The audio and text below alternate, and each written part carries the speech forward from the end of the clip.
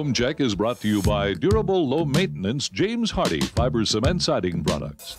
Hi, folks, and welcome to Home Check. Today, we've got all kinds of things happening on the show. In fact, we're going out to a granite plant where they do granite countertops, restoration, as well as new product and artifacts. And we're going to take care of those questions for you as well. So don't go away. I'll be right back.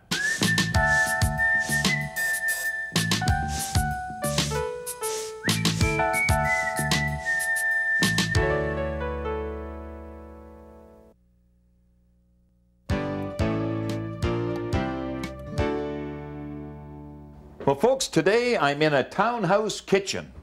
A big area over in this area, can't really use it much. There's not even room for a table and chairs, especially when there's a large group in. But the kitchen here is, well, it's very small. And being that the new homeowners here are those type that entertain a lot, they would like to enlarge the kitchen. Well, what do? How do you get rid of this? It's in the road to pass through in order to use this area. Well, I thought the only way to correct that problem is bring in a specialist, and I have the specialist, Glenda Good from Kitchens Alive. You're going to bring this kitchen alive, aren't you? That's what we're going to do. Well, what do you think? I tell you, this homeowner would love to get rid of that wall, love to get rid of this doggone cabinet here. They'd like to keep their fridge and stove, because in fact, the stove, they'd like to even go to natural gas. So what do you think? Well, I think the first thing we would do is get rid of this wall here and open this up so the whole room is... Oh, they would love you for that. ...part of the family room. And when we come into this room, which you said you can't even get into, look at maybe putting some cabinets, some tall storage, some pantry units on this wall, maybe even incorporating the microwave into this area. Wow. Maybe when we open this up, we could do something with an island and some eating area, moving the sink and dishwasher further out, which could open up the passageway through. Oh, wow. What a change that would make. It would make a great change. The cabinets themselves could be refaced with the new cabinets that we would add to the doors could be matching to the existing cabinets. And we could look at even making a few alterations in this area with some hardware. Well, you know, one thing they did point out, they would like to match the doors to some of the other wood cabinetry in the home. And that's often where it starts for people picking choices as far as a door style or a door color. So we would maybe take the piece of furniture that they have and use it to start looking at some colors that we would coordinate with. Well, I can see that you've got the idea as to what they would like to see. I guess it's going to require going back to your office and getting into that planning table and coming up with a plan. Looking at all the samples and putting a color palette together, yes. That's hey, I'm looking forward to seeing that. Great. You bet. Well, here we are at the Kitchens Alive showroom, and Glenda's had a couple of weeks to put a plan together. How have you made out? I think it's very exciting, and we've made lots of changes for a new look. This is the existing kitchen as we saw it. The red line. Correct. All right. Well, let's move this out of the road and see what you come up with here. This is the new design. We've taken the peninsula right away, and we've moved the sink and dishwasher onto an island. So the sink used to be right here on the peninsula. Now it's on an island. Correct. Wow. Any challenges? The one thing we have to look at is we're dealing with a slab foundation, so there's going to be some jackhammering to get the piping over to this section. We've also removed this wall that was in here. Oh, that was the one that was actually the blockage Cutting through us to off. the Right. through to the family room. Yeah. So we're going to cut this wall back as far as we can on the fridge side, and then we'll put a beam in here to open the whole thing up to the family room. Which Beautiful, and also allow the refrigerator to open the opposite way, which can be rehinged. Right. What about electrical? You need something for that dishwasher. Yeah, so we're going to move most of the electrical that was in here back onto this wall, and then we'll have to run a conduit through the floor to feed their power into the dishwasher. Excellent idea, and then they'll have a carburetor as well. I like this detailing here. Here we've cabinet storage was a real problem in this kitchen, so we've added quite a few pantry units, which will give them some wonderful storage. And here we replaced the corner cabinet with a bank of drawers, which is also wonderful storage. And then the range stays and the rest of the cabinets stay, but I see you got a microwave unit there. Yes, they elected to have a micro hood fan, which is a great system. It takes a cabinet. Boy, that's entertainment plus in that kitchen. What about texturing? We're looking at using a side wrap laminate door with in a wood grain. That's a maple bird's eye. Bird's eye maple. Yeah. Look. And the hardware going to go on that? We're looking at this handle here, which will just give a fabulous finish to the door. Almost that stainless steel look. Yes. Excellent. And for counter, we're looking at what's called burnished glaze with a carrot on edge treatment, which will just be really sharp and finish it off nicely. Boy, beautiful, beautiful. And then we're going to be using a high tile splash, and we'll run this Listelli through the center of it. Interesting. Well, that's where that color and decor comes in. What about the floor? They've elected to go with a tile floor, which will complement the laminate floor that's out in the family room. Mm-hmm. And we'll finish it off with some sort of a solid surface, either granite or go into the carrot on. That's on the island top? On the island top. And they'll have an eating nook and everything else there? Have a place to sit down and entertain all of their guests on the other side of the island. Fantastic. Well, I can see where 2 weeks certainly made a lot of change in that kitchen. I can't wait to see it finished. Yes, it will be great. Well, the kitchen project is going along just great. In fact, the homeowner has decided to put granite countertops everywhere, not just on the island. And with me, I've got Doug from Apex Granite and Tile. How are you doing, Doug? Very good, Shell. Great. Job's going pretty good? Job's going very well. The homeowner was in and selected this granite. This granite is called Silver Sea Green. Gosh, that's a beautiful color, the black and speckle. Now, tell me, what's the process? The process is, once the homeowner is selected, we go out to the yard, pick out the slab that's required to make sure there's no imperfections or anything in it. You mean those big slabs? Exactly. Once that's done, we template it. We go measure it at the house, and when we come back here, we lay that actual measurement on the actual granite. Excellent. And then you cut it? Yeah, after that it's cut.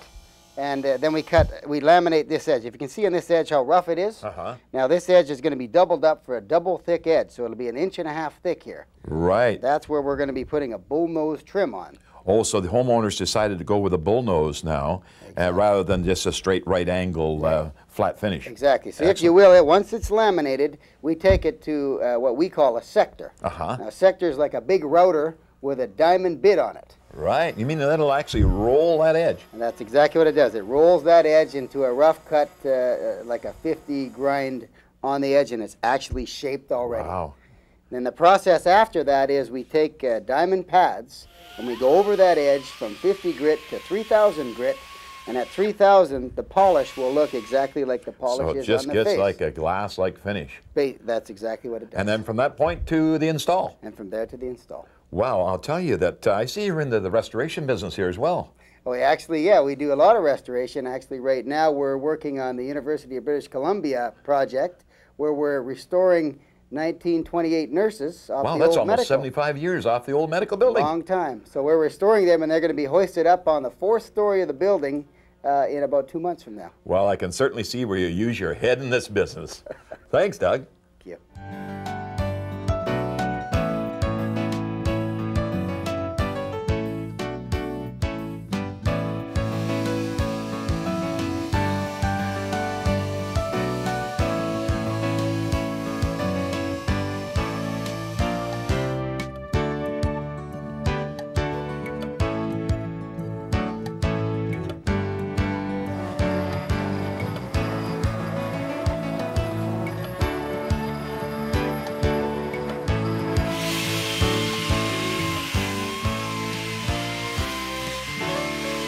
Wow, what a change in a kitchen. Look what we've done here. If you recall, there used to be a wall right here where you couldn't even see over into the family area. So we put this beam in order to carry the upper floor, opening up and now presenting a real airy space. But you know, it's amazing what you can do with kitchen cabinetry when you use some of the old cabinets, just reface them, along with new cabinets to match added with this beautiful pantry system that steps down right out into the window area. But your big change is right here, the island. If you recall, there was a serve through here into the eating area. Now we have this island. You can walk around it. You can really entertain in this kitchen. Nice seating area, as well as this granite top, if you recall, when it was being produced, along with the sink now that's an undermount. Any cooking or any veggies, just scrape it off into the sink. Beautiful. The dishwasher's now in the island and a beautiful new ceramic floor, but oh, what a change. I really think Kitchens Alive really added life, didn't they?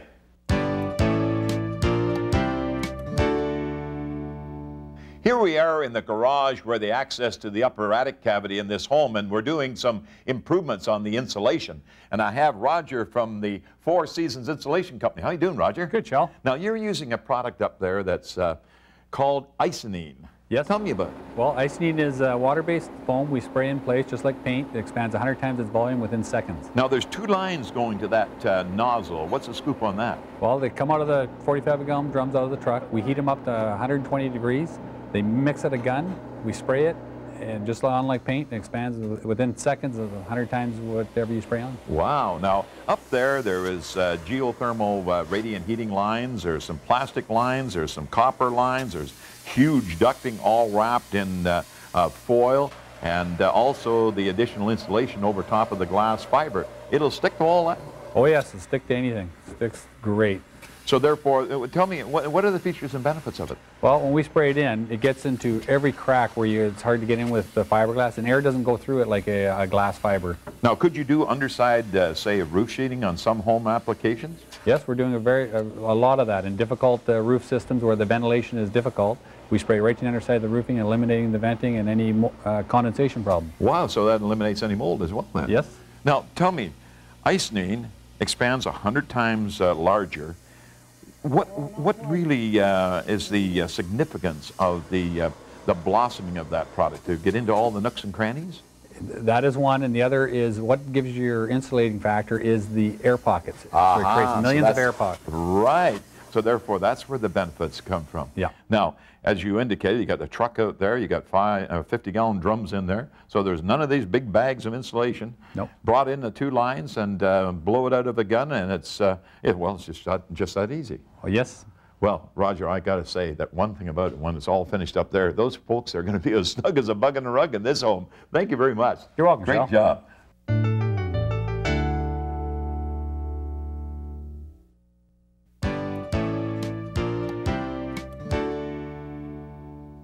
How many times have you gone out into the backyard to take a look at your fencing to see what sort of condition the posts are in? Well, here's one here. It's 12 years old. It's got western cedar boards and batten, along with a treated post. Now, this is a post, obviously. It's been in the ground for some years, in fact, 12 years. And down near the ground where they get wet, there's a lot of areas that could cause deterioration in the form of rot up in the inside of the post. And what do you do about it? Well, I've got Kim from Postcard here to talk about just that problem. Kim, how are you doing? Just great, just great. Now tell me about Postcard. Well, actually that's a Postcard rod right there. It looks and feels like a piece of glass. Wow, I'll say it's about 2 inches long, and it works as a wood preservative, and it works from the inside out. So now when you say it works as a preservative, how do you mean? Now, does it react to something? When there's moisture in the post, it begins to dissolve and wicks through the fibers of the post and protects it. Now how do you install these? How does that work? You simply drill a half-inch hole at the base of the post at a 45-degree angle. Well, I just happen to have a drill here, and it's got a drill bit a half an inch, right. And I drill in 3.5 to 4 inches. About 3.5 to 4 inches. At 45-degree angle. That's right. Right at the ground level. You bet. Well, let's do it. It's right at this ground level that you get all the moisture, and of course that's when rot begins to get involved, and also it acts as a pesticide too, so it keeps the bugs out too. Look at that now. Yeah. Look at the moisture that comes out You with got a bit in there, yeah. That's actually damp. That's right. So it really depends on the environment that the post is in, whether it's a new post or an old post, or even pressure treated, because of course the pressure treating only treats the outside of the post. That's right.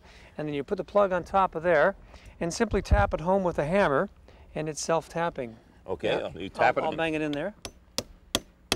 There you go. It's just that easy. It's that easy. Now tell me, where else could you use Postcard then? Well, it works on any type or species of wood, so it really doesn't matter. Anywhere that you have lumber, decking, landscaping ties, log homes, that sort of thing. Now, okay, what about, would you do this to a new fence? Absolutely, because you know, as long as the post is dry inside, that post will that rod will stay in its solid form. Right. But it only goes to work when there's moisture present. As soon as that warmth and that moisture gets in there and reacts, and then you start getting that fungi, and then you're into the dry rot. Exactly, and it's wet. So it'll last for 8 to 10 years in a wet condition, and then, you know, at the end of that period, while you can simply withdraw the plug, it's simple. You just use a so you common just flat screwdriver. That's right. And then back it off. And that will back off and pull the plug out. You can then insert another rod, and it's good for another 8 to 10 years. How do you buy them?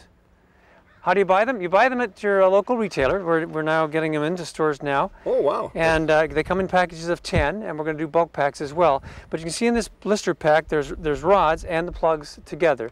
And that one pack will treat 80 feet of fencing. So environmentally friendly? Environmentally no friendly, problem handling them? easy to install. 8 to 10 years in a post? Exactly. And proven. I should mention that they've been using this in the hydro and utility business for a number of years now. Great. So if you observe some of the treatment that they use on telephone poles, very often this is the product that they're using. Postcard? It's a longer Do it yourself? Just Absolutely. that great. Thank you, Kim. You bet. You bet. Thanks a lot. You know, there's a lot of glass in this home, especially in the backyard patio area, facing out into this expansive backyard. It's gorgeous, and also a south elevation. But glass requires a lot of maintenance at times. But this glass in this home has got more than maintenance problems. It's got a distortion problem. Look at the faults in the glass here. And with me to talk about those faults is Norm from Lundline. Hey, Norm, how are you doing? How you doing? Hey, what's the scoop on this? Well, the units failed. No Plain doubt and about simple, that. it's Looks failed, awful. right? Because you can tell by the bubbles inside there. It's Now, what's causing the bubbles? Is there a film in there? there is a film in between the two pieces of glass, a suspended film. So therefore, it's failed. Yeah, it's Now, what definitely was it there for in the first place? to keep the sun from entering the house during the summer and vice versa in the wintertime. So it's an energy efficient glass then. Yeah. Wow, that's not only the problem the glass Yeah, has as got, you can though. tell down there too, Shell. It's see the moisture between the two, in between the two pieces of glass. Really bad. And this black stuff that's oozing out there. Right. That's butyl tape that we used years ago to Well, in attach fact, the when I glass. went to open that door, I could hardly open it because it's oozed right out on the inside onto the track system. Yeah, that's the system that they used years ago. Nowadays they use a foam tape. You don't get this I see. sort of thing. And And what kind of glass? What's the answer in glass? well, you got a couple options. Uh-huh. You can replace it with what you got there, Well, I don't think anybody would want that same material back. or you can go a smart glass. Smart glass now. I like the sound of that. Smart glass. Now, what's it all about? It's energy efficient too. Uh-huh. Same thing. It keeps the warmth in the house in the wintertime, keeps the sun from penetrating in the summertime. Now, what about skylights? This home has got skylights as well, and I see they've got a problem with the skylights up here. In fact, they got screens over the skylights to... Same idea. Same thing. Same idea, yeah. So you can put glass. smart glass in Yeah. that as well? Yeah. So where's Excellent. smart glass available? Vitrum Ministries. Hey, let's go out to Vitrum and find out what they're doing. Yep. All right. And here we are at Vitrum Industries to talk about safety and tempered glass, and I've got Thomas Martini with me. How you doing, Thomas? Great, Shell. How are you? Hey, this is quite a pile of glass here. What's going on? I didn't come out to talk about broken glass. No, it's not broken. Not obviously what we want to talk about, but this is glass that we use for road base. Oh, wow. So that's just kind of the off cuts and what have you of the building? Exactly. Okay, well, tell me the importance of safety glass and how is it manufactured? Well, safety glass is very important. For instance, in a patio door, if someone runs into the door, you don't want it to break in large shards because that would be very dangerous. So Right. when safety glass breaks, it breaks in very small pieces. So like a child going against the door, it's much more safe, obviously. Absolutely. It's 4 times stronger than regular glass. And the process? The process really works like this. We take that cut piece of glass that we have cut, we belt sand the edges to make all the edges of the glass very smooth, to remove any of the imperfections. Right. We then take that glass in a group and we put it into an oven. That's about 650 degrees Celsius. Wow. So the glass oscillates back and forth according to its recipe, just like a bread recipe. Spends half its time in the first chamber, goes to the second up to a final higher 700 degree temperature. Wow. And that's Celsius. That's Celsius. Wow. So it's very hot. And from there, it comes out into an air section where we're blowing with about 700 horsepower worth of air onto the glass to shock that glass to freeze the structure to make it stronger and safer. So therefore what you're saying is harder on the outside than it is on the inside. Well, it's frozen on the outside before the inside. Interesting. And then when it comes out, it's all ready to go into the frame and into your patio doors and into your skylights. Absolutely.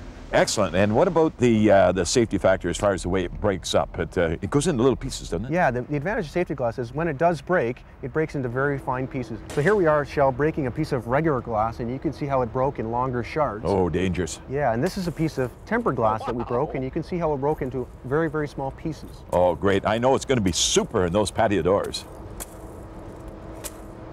Wow, from the factory to the frames, what a great job. These wizard retractable screens as well. Look at that. Those doors come right together, gives you full ventilation. And these doors now, when closed, what a difference. Look at the glass. The glass makes so much difference in the home. It's going to stop that energy gain from the radiant heat of the sun going through into the room and heating the room up, especially on those days where that air conditioning is so important. And you remember all that staining on the glass here?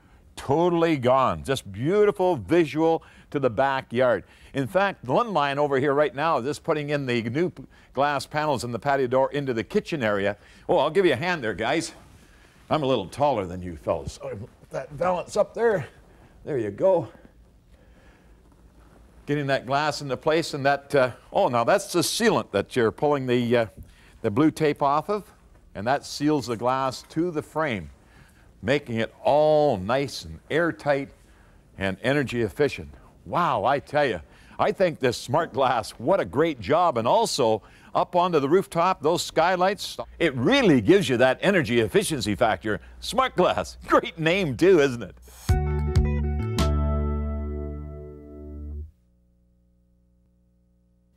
Got a problem, need it fixed, learn all the tricks. Ask Shell.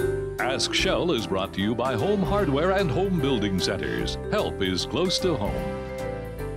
Just before I get up to leave the hardware store, Mike came running over saying, Shell, can you help me with this problem? Mike, how can I help?